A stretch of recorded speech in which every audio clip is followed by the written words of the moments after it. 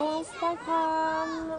Comment allez-vous ce soir? Bienvenue à mon 162e jour d'interview de femmes merveilleuses. J'espère qu'il n'y a pas trop de bruit autour.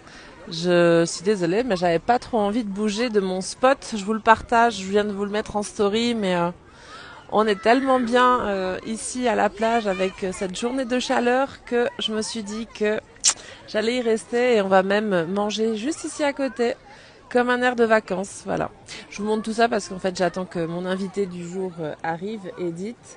Donc Edith, si tu m'entends, tu peux venir te connecter en live avec moi. Alors, je crois que je me suis trompée d'Edith. Bien, et qu'il n'y a pas trop de bruit. Hello C'est Edith. ça. Coucou. Coucou Voilà. Hélène. Alors je t'accueille, Avec les lunettes de soleil. voilà, à la plage. Bon, à la plage de Cool. lac, hein. Donc c'est un Ouais. lac, ceci est un lac. Mais on y est très bien. Il faisait tellement chaud aujourd'hui que j'ai décidé Hmm. d'y rester un peu plus longtemps. Ok, Et du cool. coup d'y faire le live. Voilà. Ouais, impeccable. Donc pour les personnes qui ne sont pas trop au courant de mon challenge 365 jours d'interview de femmes merveilleuses, tous les jours je viens en live avec une femme merveilleuse ou un homme, cela dépend des fois. Et ce soir Mhm. donc j'accueille Edith. Edith, on va passer 20 minutes environ ensemble. 20 minutes durant lesquelles on va parler de toi, de qu'est-ce que tu fais, donc de qui tu es, qu'est-ce que tu fais et comment est-ce que tu en es arrivé là. Voilà. Ouais. Donc si tu es OK, vu que 20 minutes ça passe relativement vite, je te Ouais. propose de tout simplement de venir nous partager un petit peu qui es-tu et puis on verra au fur et à mesure les questions qui émergent. Voilà. Ouais. Ok, impeccable. Alors, je m'appelle Edith. Comme on peut voir sous mon nom, comme a présenté Hélène, j'ai utilisé mon prénom pour faire un jeu de mots, en fait, de compte, hein. Yes. Parce que je suis une femme de la communication. Euh, Et, y a- et alors, je te coupe Edith parce que les ouais, gens vont pas le voir dans la vidéo, mais du coup, je vais le ouais, préciser. Donc, ton pseudo sur Insta, c'est Edith-le ouais, autrement. ouais, tout à fait. Voilà, je Ouais, trouve ça ouais. super. Et qui je suis? Alors, j'habite en France, mais à la limite de Genève, sur le côté français. Et puis, comment j'en suis venue à accompagner des jeunes, tout simplement parce qu'il y a eu un élément dans ma vie personnelle où je me suis retrouvée à devoir élever 3 enfants, étant toute seule. Et je me suis beaucoup tournée un temps sur la communication non violente. Donc j'ai fait Mm. énormément de stages par rapport à ça, je me suis formée et, euh, et tout simplement j'ai fait de mon mieux pour pouvoir élever mes enfants toute seule. C'était pas facile, Yes. mais c'est tout un processus qui a été long, avec qui est en cours de processer parce que j'ai 3 enfants, des enfants qui sont grands, 30, 26 et 22 aujourd'hui. Et dont il y a une communication encore que j'ai un petit peu de mal avec mon premier enfant. Donc c'est pour ça que je dis c'est encore en cours actuellement. Ouais. Et c'est pour ça que j'ai vraiment envie de me tourner sur l'orientation des jeunes. Donc voilà un Donc petit peu si on aujourd'hui, peut me situer. Donc aujourd'hui, Edith, tu es maman solo Mhm. du coup de trois grands enfants. Mhm. Quel est justement, qu'est-ce que tu fais dans la vie aujourd'hui? Tu parles d'accompagnement. Parle-nous un petit Mhm. peu plus, voilà, plus amplement de ce que tu fais. Ouais. Alors aujourd'hui, j'accompagne des jeunes, donc après le bac, donc on va dire 18-30, principalement autour de l'orientation professionnelle Ouais. et parce qu'on peut s'apercevoir que l'orientation c'est un casse-tête aussi bien pour les parents que pour le jeune, parce qu'à 18 ans choisir un métier, choisir une voie, c'est pas quelque chose que c'est pas quelque chose de facile. Mhm. Et Et aussi, en même temps, on peut voir que tout ce qui est scolaire, hein, bah, ils accompagnent pas tant que ça, en fin de compte, hein. Ouais. Le jeune, il arrive au bac, ok, mais je fais quoi? Ouais, bah, je vais partir là. Je dis, ouais, mais tu vas faire quoi avec? Ouais, bah, je sais pas. Ok. Mais c'est pas l'histoire d'occuper le temps. C'est d'avoir un vrai projet professionnel, hein. Ouais.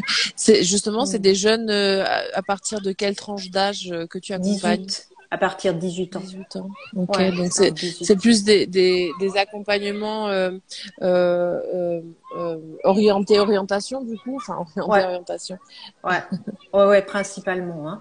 Et en même temps, ça peut être aussi un jeune qui est en rupture scolaire, hein, qui Ouais, abandonne ses études en cours de parcours ouais, et qui se cherche en fin de compte, hein, et c'est quelque chose comme ça. Si je peux te donner un exemple, bien sûr. j'ai accompagné un jeune qui était en rupture scolaire, donc il a fait déjà plusieurs voies et il n'y a rien qui lui plaisait. Mhm. Et puis sa maman me connaissait par intermédiaire. Et ce qui s'est passé, c'est que ce jeune-là était très intéressé par rapport au dessin. Tout ce qui tourne autour du dessin. Et quand j'ai rencontré ta maman, elle me dit, ouais, bon, bah, je sais pas ce qu'on peut faire avec le dessin. Il n'y a pas d'orientation autour du dessin. J'ai Ouais. dit, mais non, mais laisse venir, laisse-nous finir le coaching et on verra.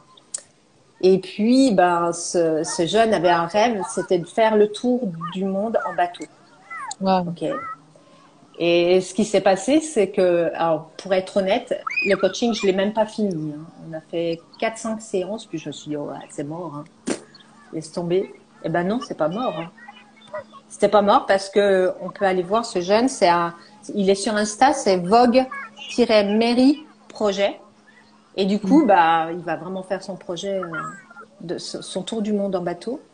Excellent. Et son projet, en fin de compte, c'est qu'il est dessinateur de bateaux et qu'il crée Wow. ses propres bateaux pour pouvoir partir avec un pote faire le tour du monde. Donc, il a fait déjà une régate en Espagne, ça m'en a dit. Et Magnifique. donc, voilà, moi, j'aime ça. J'aime qu'il y ait un truc de fou qui émerge et qu'on commence à mettre un peu de valeur dessus. Et c'est lui qui a fini le processus. Mais de pouvoir dire oui, c'est possible, c'est réalisable de faire ce genre de choses. Magnifique, magnifique. Et tu m'as partagé juste avant aussi, tu as brièvement dit que tu es dans la communication. Mm. Quel est ton parcours? D'où tu viens finalement? Parce que ce métier d'accompagnement, tu le fais depuis toujours. Comment ça se Mm. passe? Non, je ne le fais pas depuis toujours. Je pense que ce qui a été l'élément déclencheur, c'est la séparation avec le papa de mes enfants, qui je me suis dit, mais comment je vais faire, quoi. Ouais. Et ce qui a été l'élément, c'est qu'il y a une personne qui m'a dit, ah, mais lis le livre Les portes ont des fenêtres. Je dis, c'est quoi ce bouquin là? Non, non, mais va voir. Mais c'est le premier livre que Marshall Rosenberg a commencé à écrire. Mais Ok. c'était le livre qui a complètement changé ma vie, changé la communication avec mes enfants. Ouais. Et je me suis dit, mais moi, je vais communiquer de cette façon à mes enfants, quoi. Hmm. Et même le dernier de mes fils, eh bien, à l'époque, il avait 7 ans, il parle communication, quoi. Il parle de ses ressentis, il sait super bien communiquer, quoi. Mais c'est lui Super. aussi, entre parenthèses, qui a le plus profité de, de mon entraînement de communication, si on pourrait dire ça comme ça. Et tu étais dans quoi avant justement? Tu étais déjà dans un métier de communication ou pas du Non, tout? pas du tout. Ok, Pas du tout. d'accord. Non, non, j'étais à la base, c'est un peu, moi aussi j'ai changé beaucoup de parcours. À la base, j'ai un CAP de pâtissier confiseur. Oh, rien Excellent. à voir avec la Rien à voir. communication, rien à voir. Et Après, encore que la communication s'exprime aussi par le biais de la création de hum, pâtisseries. Enfin, je veux dire, hum. il y a Oui, c'est plusieurs une façon façons de de communiquer. communiquer, hein. Ouais, ouais, ouais. Mais c'est Et, pas de humain à humain, c'est une façon ouais. de communiquer et donc voilà. Mais cette forme-là, je l'ai principalement utilisée dans ma famille et autour de moi, tu vois, pas Ouais. forcément en tant que professionnelle. Je profite juste un instant pour dire bonjour à Irène, à Sandrine, à Xavier.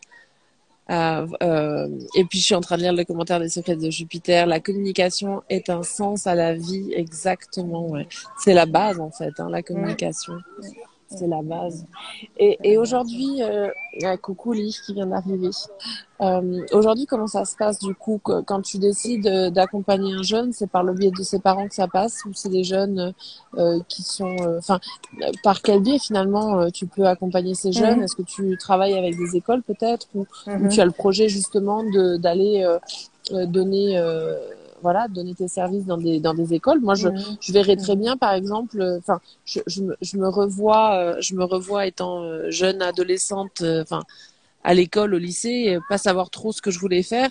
Et finalement, si ma conseillère d'orientation avait eu des bases de coaching, ça m'aurait peut-être bien aidé, même beaucoup. C'est pour ça que je parle de ça, parce que tu es alors je me mhm, sens pas du tout attirée par le coaching de jeunes personnes, de jeunes hommes et jeunes femmes parce que ça me parle pas. Mais clairement, si j'avais eu quelqu'un à mes côtés à cet âge-là pour m'orienter et m'aider à mieux m'orienter, bah ça m'aurait mhm. peut-être permis de créer des raccourcis en fait. Ouais, ouais, tout à fait. Alors, il y a deux. La première question, ça me dit, tu m'as demandé comment on vient à moi. Alors, Ouais, je pense qu'il y a les deux. J'ai les deux. J'ai une jeune fille, une fois, qui m'appelle. Je voyais bien quand même que c'était pas un parent, quoi, par rapport à la ouais, voix. ouais. Et puis elle me dit, non, non, mais moi, il y a quelqu'un qui m'a parlé de toi par l'intermédiaire d'une autre personne. J'ai besoin d'un accompagnement. Je dis oui, oui, ok, mais vu que t'es mineur, j'ai besoin de l'accord de tes parents. Je peux pas te Ouais, prendre comme ça, donc je dois quand même parler avec tes parents. ouais. Et puis, il y a l'autre partie aussi, c'est les parents qui me contactent. Mm.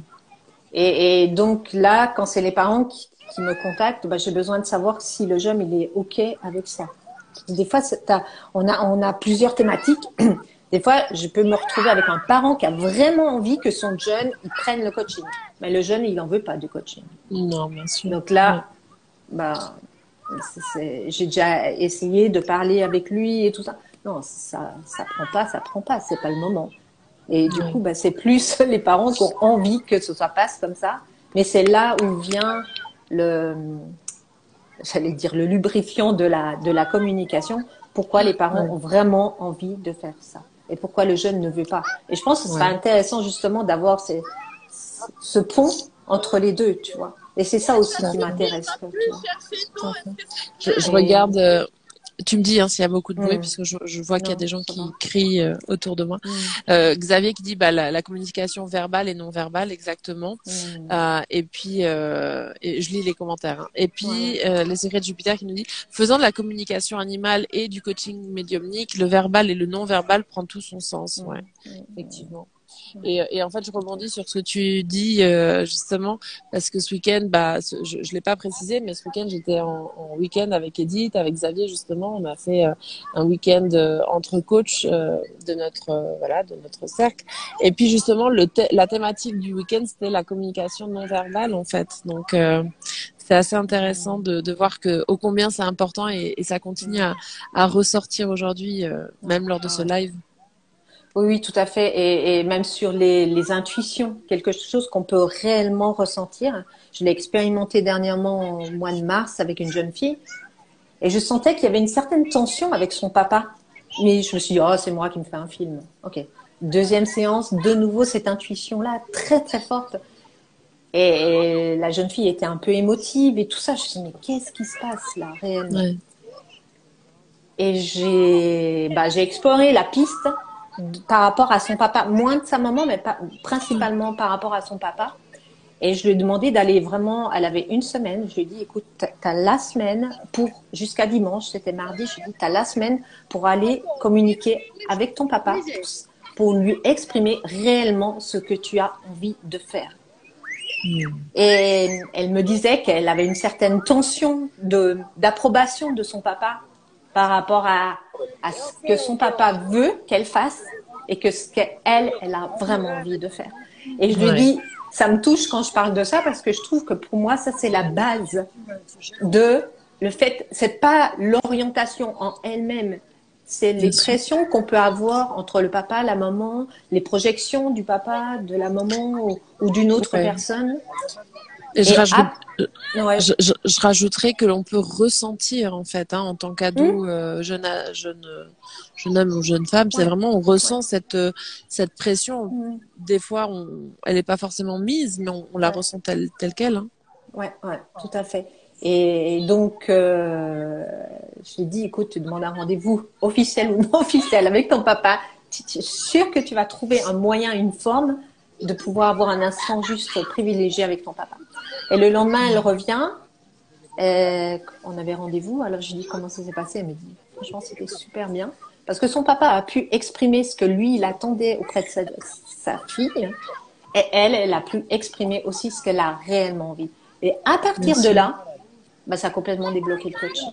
Elle savait Génial. exactement ce qu'elle voulait réellement faire, quoi. Bon, vraiment, c'est pour ça que pour moi, la communication, c'est la base de l'accompagnement, c'est la base bah, Bien sûr. de la famille qui peut, Ouais. si on communique pas, ça devient très compliqué, quoi. Et Xavier qui nous dit bah, communiquer en se connectant avec le corps et le cœur. Mm. Et Mm. puis, qu'est-ce qui fait vibrer l'ado? Attends, excusez-moi parce que je suis à contre-jour et du coup je vois pas bien. Qu'est-ce qui fait vibrer l'ado? Et ça, c'est important car il se construit et apprend à se connaître. Ouais, Mhm. tout ce qui fait vibrer, ouais. Mm. Mm. Et sa vie appartient à lui-même et pas aux parents. Ouais, Ouais, c'est vrai. ouais. C'est vrai, on a Et tendance en tant que parents à l'oublier de temps en temps, hein, mm. qu'on fait pas des Mm. enfants pour les contrôler. Mm. On est là juste pour Ouais. les Mais, guider et puis les mettre sur leur chemin à eux. Hein. ouais, c'est intéressant parce que dans ce cas, comme j'exprimais dans cet exemple concret, bah, j'ai demandé, ouais, après, c'est-à-dire qu'à la fin du coaching, j'ai de nouveau rendez-vous avec les parents pour savoir où on en est, qu'est-ce qu'on a fait. J'ai un rendez-vous intermédiaire aussi pour savoir, bah voilà, on en est où, quel chemin, on en est où au niveau du coaching et de l'objectif. Et, et c'est vraiment arrivé que le parent fasse confiance aux jeunes. Et Mm. même si il n'y a pas de façon de se tromper.